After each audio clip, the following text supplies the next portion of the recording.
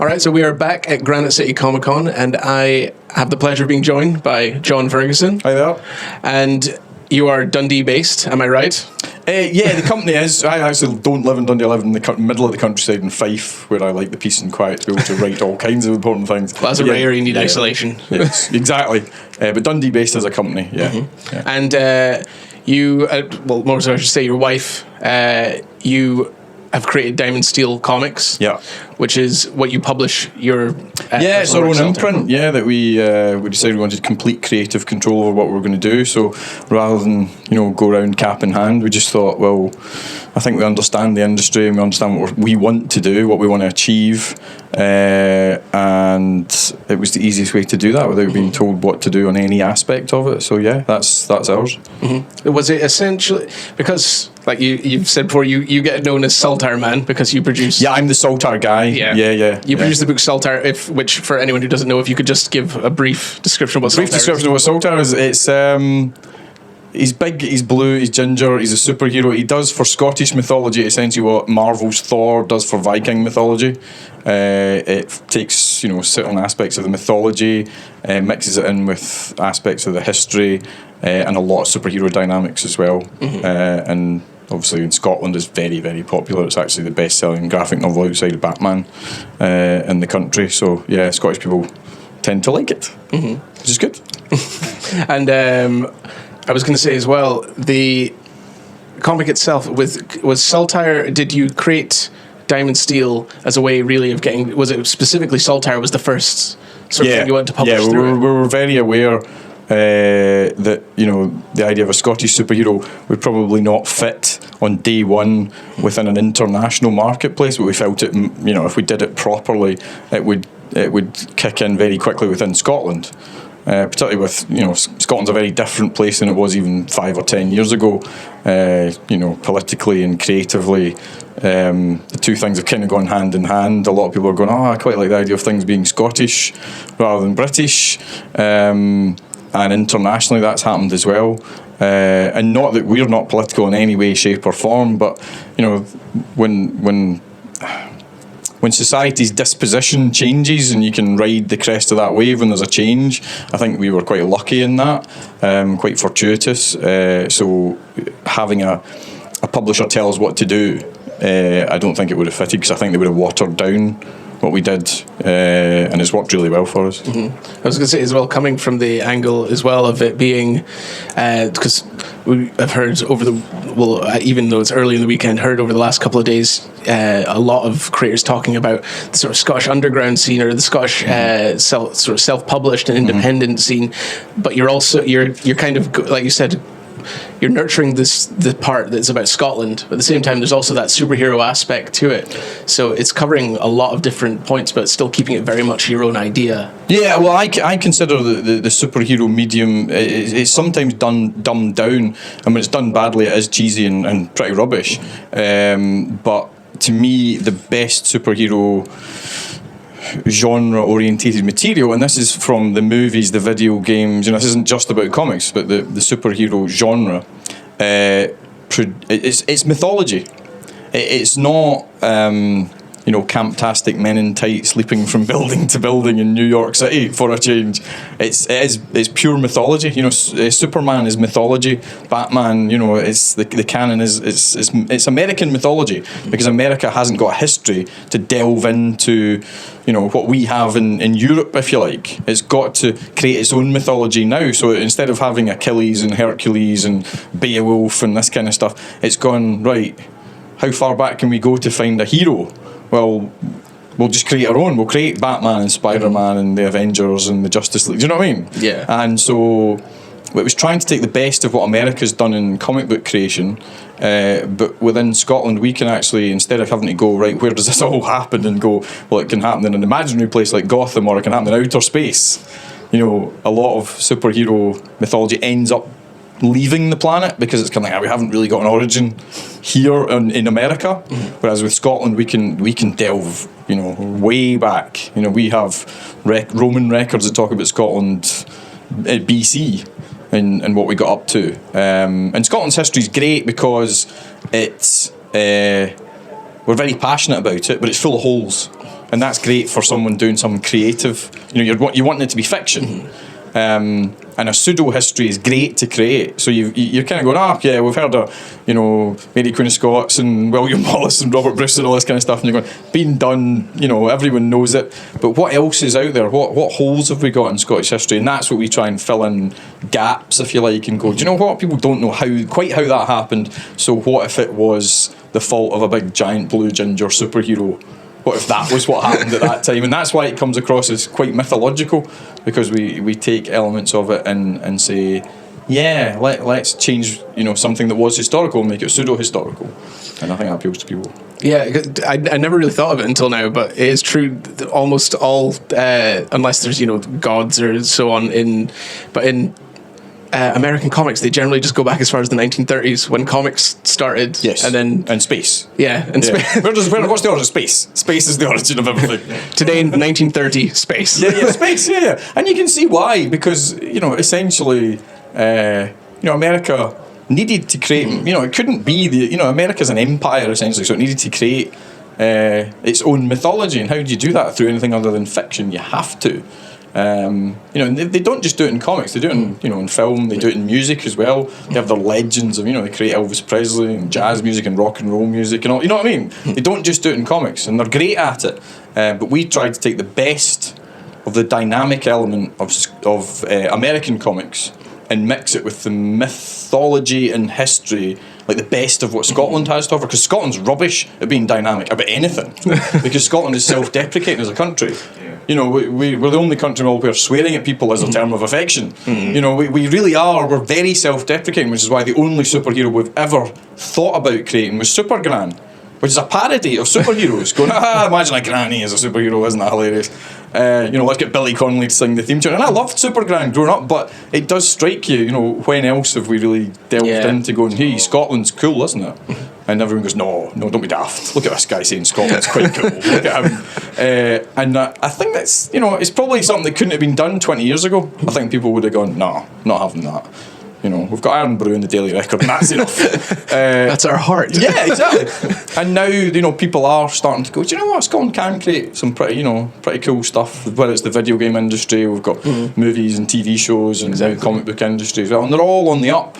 Creative industries in Scotland are on the up. Still got a long way to go, but we get very little criticism for what we do, even though it is other than from ourselves. yeah, exactly. Yeah, but you know, we did wonder if that might be something we'd have to have thick skin, but we don't really, because people have really embraced it. You know, we sell quantities of books that really, when we started, we were like, there's no way we'd compete with Marvel. But we do. In Scotland, we sell just as many books as Marvel do, and that's kind of weird, you know, that many people would embrace it and not question it and go, why Scotland? You know, why are you being so nationalistic and parochial about this? And it's like, well, it's not about that. It's just about embracing the history and the mythology of something that's never been portrayed before. You know, it's as nationalistic as Thor is. Do you know what I mean? Yeah. As a Scandinavian character, it's that, you know, it's not political in any way, shape or form. Although now that I think about it, with what you said with movies and with the origin stories, in Thor films, isn't Asgard now in space? So yeah, space. So yeah, of course it's in space. When else would it be? When actually be in Scandinavia? Ridiculous. As well as that, as you said about Iron Brew, we are also the only country where Iron Brew outsells Coke, I think. Yes, that's very true. Yes. I know. No, Scotland is it's a very clever place. You know, we're very aware of ourselves, but it is very self-deprecating. You know, we like a parody, we like a joke, but we don't do. Somebody made a joke actually, because when we first started Saltire, you know. In the panel we had yesterday, people were talking about criticism. I think one of the questions was, you know, what kind of criticism did you have to take in your early days? And we were told by some fairly high up people within the creative industry in Scotland that what we'd created was tart and tat. And we just thought that was downright rude and plain wrong. And we kind of came up with this little phrase of Caledonian cool. You know, it's not tart and tat. Like, you can portray Scotland without it being cheese, as being quite a cool place. You know, and having something to be, you know, proud of, without it being tart and tat. You know, it doesn't have to all be tart and shortbread tins and, you know, bagpipe playing and kilts and... Yeah. Oh, can I do you know what I mean? Like, they're just Scotland isn't. We don't only eat haggis and live in fields. Yeah, exactly. There is a modern element to Scotland, through all these creative mediums that are getting bigger and bigger and bigger. And I think the generation coming through now, they're not that bothered about the tart and tat element of it anymore. They've moved way past that, but they still feel particularly Scottish. Like, we embrace the history, the language, the mythology particularly, and we won't ever apologise for doing that. And I think the response of our fan base, which is very mainstream, like really, really, really mainstream, kind of proves that it works. It's not me saying it. It's kind of like, if you ask the general comic book fan, and a lot of our fans are not people who read a lot of comics. They're not huge geeky fans of everything in DC and Marvel and Image and all that kind of stuff. They sometimes go, I've only read a couple of things, but they like Saltire because it speaks to them. So that's good. As well as that, you were speaking about embracing the sort of Scottish aspect. You've also released it in. Have you released it in Scots as well, like traditional Scots and Gaelic? Yeah. I get that again. People said, well, why would you do that? Scots dialect. Like, Scots isn't a dialect; it's a language. It's the same as your theme that you said, though. It's about embracing Scotland and the culture and just making it part of something, like you said, that isn't intrinsically people. You're not going to. Just because it's about Scotland doesn't mean it's going to be naff. It's like correct. If America can be patriotic about everything, we can at least do it. We're an odd country when it comes to language, and it's something we'll probably fix over the next generation. I hope. People look at Gaelic as just being this language of the islands almost, and the way up north, and only 12 people speak it, and they're all sheep farmers or something. And you kind of go, well, it's not that long ago. It's only a few hundred years ago that Strathclyde's the main population of Strathclyde would speak Gaelic and English. Yeah. And Scots, of course, which is another one.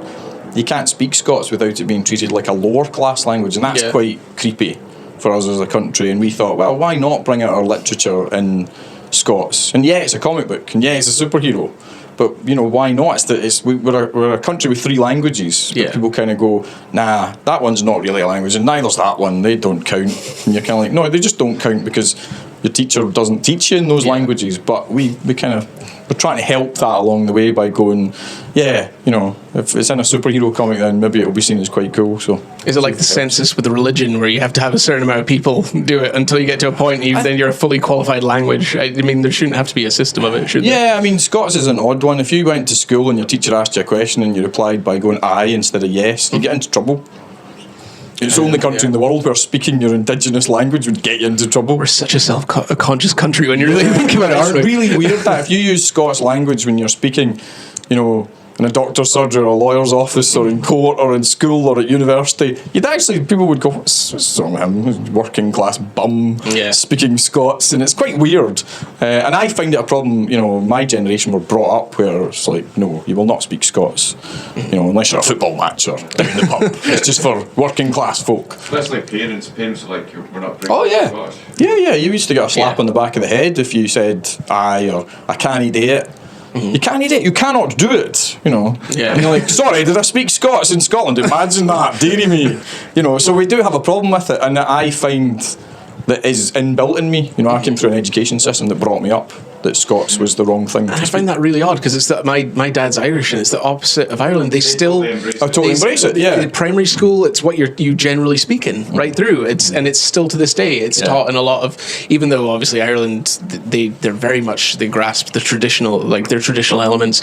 It's just really bizarre. It's not that far away. I mean they're probably they're the most closely connected country to ours, and yet I think they're just 100 years out of kilter with ourselves. Do you know what I mean? I think we'll get there naturally, eventually. It's our own culture.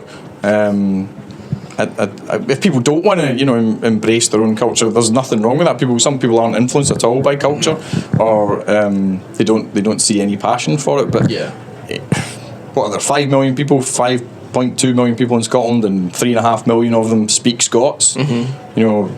So most of us do it anyway. It's not, It's not something we need to go and just make it easier for ourselves. Yeah, you go to any building site or down any pub, everyone's sitting there speaking Scots. They're just not aware of it because it's similarities to English, and no one has a Scottish dictionary on their shelf. They just have an Oxford. English dictionary, and that's all you need. But we just thought it was an interesting idea. It's a Scottish superhero. It's all set in Scotland.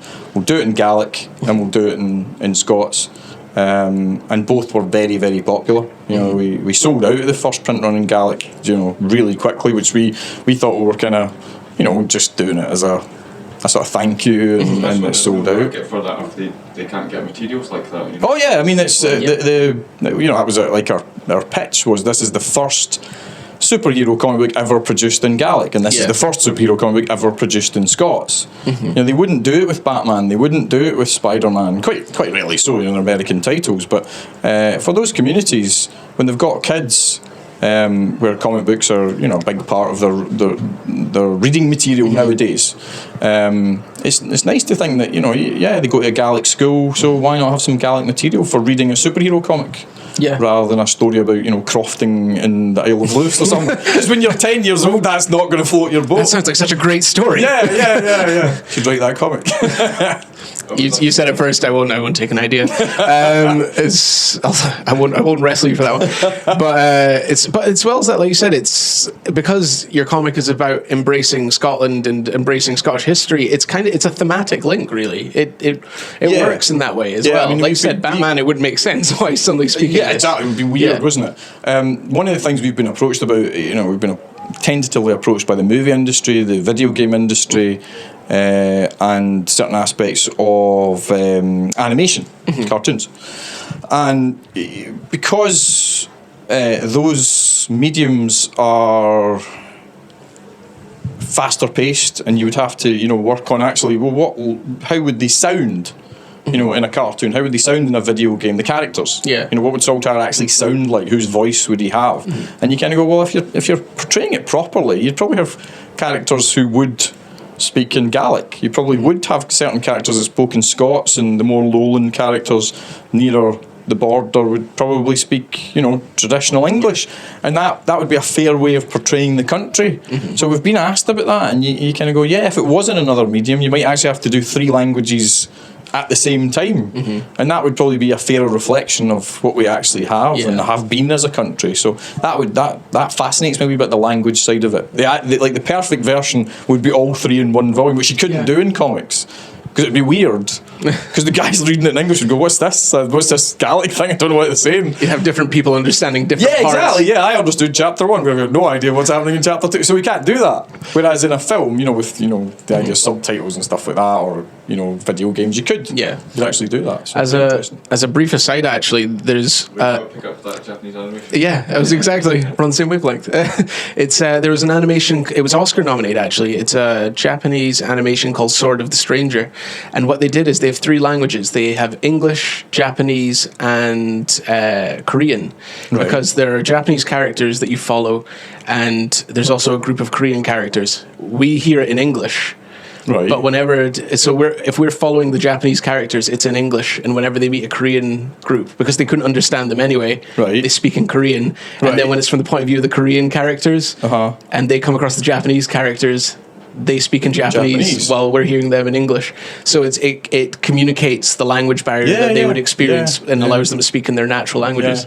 See, I think that's quite important when you're doing something that has authenticity, that language is a part of that.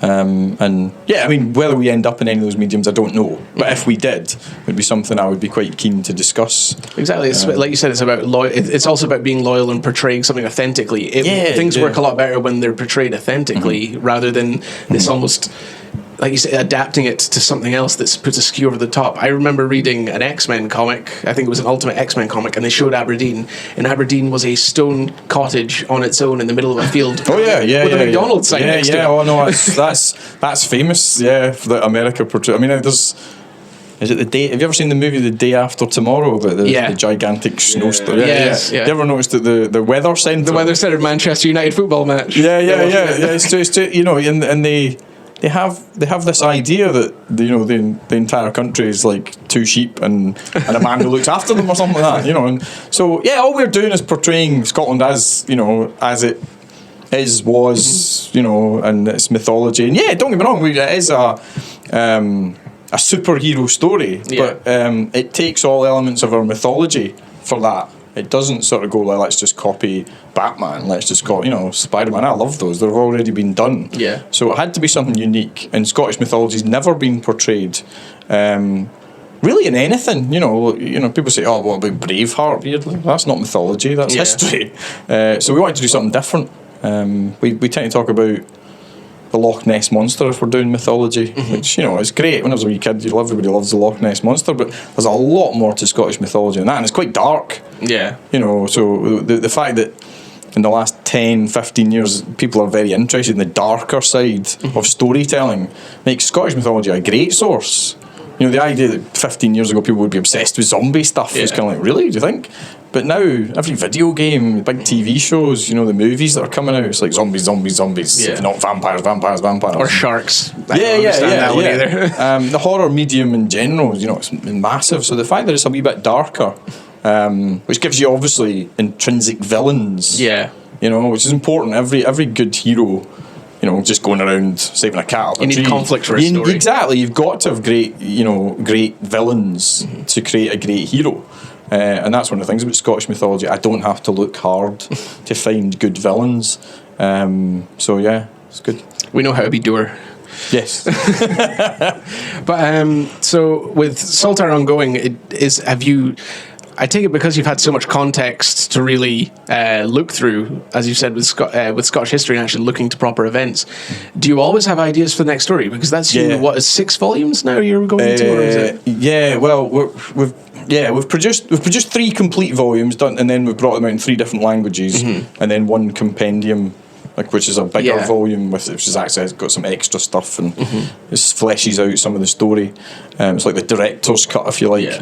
And we've just finished the next series, if you like, which is going to be brought out in 6 issues, and it's set 500 years later. So we're now into the turn of the first millennium, if you like, and it's all about Scotland's Viking period, which again, we don't in this country know that much about. We can Vikings, I'm sure they were here. Other than in Orkney. Orkney. Love it in Orkney. Yeah, they're quite into it there. But in terms of mainland Scotland and who did what and why, and again, we don't tell the truth, goodness gracious, we don't just tell you some historical thing. No, there's big giant superheroes doing cool stuff against all, demigods. There's a balance. There's got to be a balance with telling, cool stories. And it's really, I have to say, we're really excited about getting that out. It's going to be a new art team as well. So it's going to bring some new dynamics to it. The story is probably a little bit more involved. People who've read it have sort of said, it's a little bit more Game of Thronesy. There's a lot of intrigue and a little bit more politics, maybe. But still, there's still some. We didn't want to talk down to you. Yeah. There we go. There's still some general badassery as well. There's some good Saltire set pieces, and again, great villains. So we're excited about this one, and that'll be coming out through the rest of this year. And as you said, if you're producing an ongoing, you can't just keep doing the same thing. It's about keeping it fresh, especially from a writing perspective. As you've mentioned, it can be a lonely thing just writing in solitude. Absolutely, you've got to keep it interesting. Yeah, I mean that 6-issue series we've just completed 3 months ago. I thought I'd finished it 3 months ago, and I went on holiday.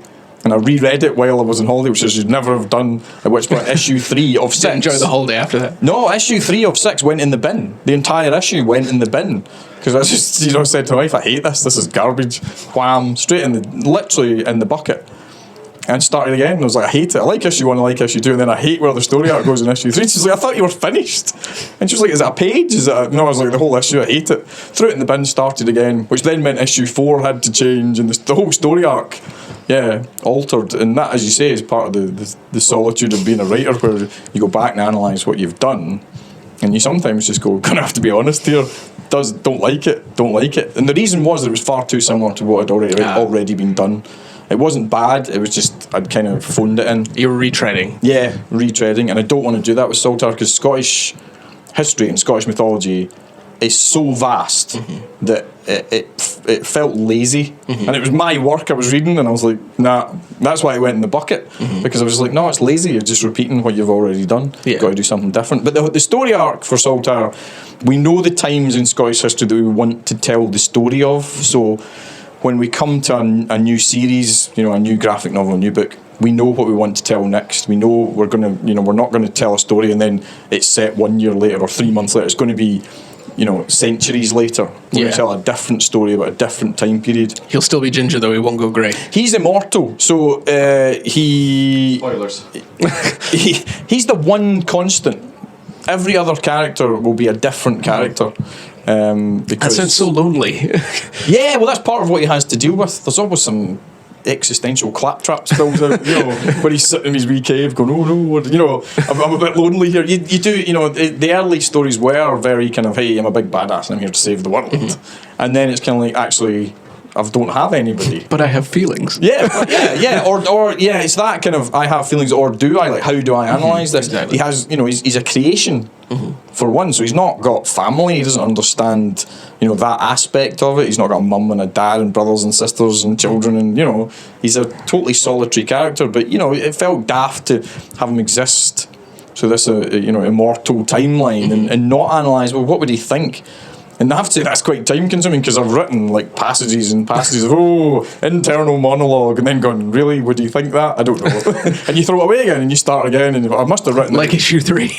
yeah, like issue 3 in the bucket. I mean, the amount of Saltire stuff that's in a bucket somewhere, where, or, you know, it's on, you know, the back end of my computer files somewhere, where I've just gone, I really think that's crap. With your wife being your boss with Diamondsteel, essentially, she must be very happy about that whole issue going in the bin. No, I couldn't even repeat to you what happened that day, because we're in the middle of holiday. So yeah, that holiday turned into a writing holiday. Because she was like, see, when you go home, you better have an issue 3 done. I was like, right, okay. Otherwise, you've wasted this holiday. Wasted the holiday. Yeah, It's an ultimatum. But it's very good. We're very happy with it. And she kind of has the final say, because she has a commercial knowledge in comics, which is great. It helps our business. She's very well connected. You know, she can bounce it off the American market, see if they're interested, see, you know, what they would think about doing with it. Because we get great feedback. You know, a lot of the time she does bounce our stuff off to America without naming names, but the bigger end of the American market, and says, you know, what do you think? And the feedback's always great, you know, and yeah, we think we could do something with it, but we've always backed away and gone, yes, but we don't know if you do it right, so we'll just keep it. So for now. Yeah, for now, just stay over there. So once the full universe is completely established, run out of history, and you're like, well, there's nothing left. Yeah, you can do it now. You can work can't with it change now. it. Yeah. Exactly. That's all there. That's a good way to do it. But I was going to ask you as well, is there... Obviously, you've said yourself. There's you said at the panel yesterday. There's something else you're working on right now as well, which is not Saltire. Yeah, that's right. Yeah. Are you able to speak about that in any way? Yeah, it's funny actually. I was speaking about it yesterday, and then Claire like slapped me on the back of the head. So yeah, let's talk about it, and then I might get into trouble. We can always cut it. That's the thing. We will send you a proof first. So yeah, that's fine. Yeah, she might just go, you can't talk about it. I don't know why I'm not allowed to talk about it. I think because she's trying to promote the next Saltire series. She doesn't want people to think I'm down cross-pollination. Yes. Yeah. But essentially, it's nothing to do with Saltire. It's not even a superhero story. It's it's something I'd spoken about with some comic creators months ago. How I kept getting sent. I get sent a lot of stuff, scripts and finished comics by people. Just, you know, to get an opinion, would we like to publish it? And I have to say that unless it's very, very high quality, we won't, because, you know, I don't think we have the time to nurture people through. Not at this stage. We're happy to work with students and help them when they're in the embryonic stages, but we don't have time to nurture them through in a business sense. As taking on a full editorial role. Yeah, you just don't have the time. We'd have to be harsh, because it's commercial at that point, and I don't think it's fair to be harsh with people who are learning a trade. But we see a lot of them. And also we see a lot of the small press, and we see a lot of what's coming out in the actual industry from, you know, Image and IDW and, you know, Marvel and, you know, Icon as their imprint and whatnot. And there's all this post-apocalyptic stuff. Everyone's post-apocalyptic. Video games, everyone's post-apocalyptic. Oh, it's the apocalypse. Mark, don't mention the script I wrote. But it's just so common now. Everyone's like, it's the apocalypse. But it's always post-apocalyptic. And I was like, what happens before the apocalypse? Like, why does no one ever write a story about the pre-apocalypse? Like, where is the pre-apocalypse story? Everyone crapping themselves off. Yeah, basically. Right, so this was my idea, right? And I'm going, has anyone ever read a story about the pre-apocalypse? And they went, in that just now. And I was like, yeah, but, you know, like the start of it, like, you know, everyone going to hell in a handbasket. When do you see that? So that was the original idea, was like, can I do that? And it was on the back burner for ages. And then, fleshed it out as, we were talking about it last night on the panel, fleshed it out as just a pitch, and then a little synopsis came in, and I thought, nah, it's too generic. It's just it's like a post-apocalyptic thing, but just done slightly earlier. It's a big giant badass going around who used to be a mercenary, and now he's just going around kicking ass in the pre-apocalyptic world. And I thought, it's really dull. I don't like it. And then came up with the idea that something had to give him a human element, and I happened to be babysitting my children and looking after some nieces and nephews, and I thought he could have a baby. Not his baby, but he just finds a baby. Finds a baby. Yeah, so an orphan baby. And he's kind of like, shit, I'm not a dad, I have no idea how to deal with babies or children or anything else. And here comes the apocalypse. So what do I do? Because we've all seen stuff like The Road and all that, where there's always little boys and stuff like that. But I thought, no, baby's much harder. Baby's really that's a thing. That's a thing out, changing nappies, how do you feed it, how do you do it's colic and all this stuff that babies go through. When there's nothing else like it in the world, right, than dealing with a baby. I've got 3 kids, so I know, right, I've been through it 3 times. And I'd rather go through the apocalypse. Because it's full on, especially as a dad. Mums are great, they know what they're doing. Men have no clue. And I thought, what if you're a big badass soldier with a baby? And it's the pre-apocalypse. The apocalypse is just starting, and that's basically what it's about. And it just spilled out really, really quickly after that. And I've let a couple of people read it, and they're like, "Yeah, this is really different. It's really good." So it's basically this big giant badass with a baby, and it's like, does he try to get rid of the baby? Does in terms of, does he put it in an orphanage? Does he leave it behind? Does he, what's he going to do? I'm just seeing like a platoon of people, and then there's one guy with like the harness on the front, and then someone's like, okay, we need to make sure that we cover that flank. I know, but does anyone have the travel bag? Yeah, that's essentially what's going on. He's got to deal with all these completely human elements that everyone can relate to, but this gigantic cataclysmic thing that's just starting. That we've all seen the post version, and don't get me wrong, I know there's some movies where it is like, oh, it's the end of the world, but we just thought it was a little bit different, and if it works, I think we'll probably get a 4 or 6 issue run out of it. But yeah, we're really pleased with it. It's just a wee bit different than Saltire, and it's probably a wee bit different than what else is out there because of the human element to it. And as I say, my experience of it as a dad might spill onto the pages as well, which is quite interesting. Your learning curve. Yeah, my learning curve. Yeah, most of the pages where there's babies involved, you'll go, I bet he went through that. But I think that'll be a good point to end there with that. We're going forward. But yeah, that's good. Thank you very much for your time. Thank you. Wipe my sweat hand. Cheers.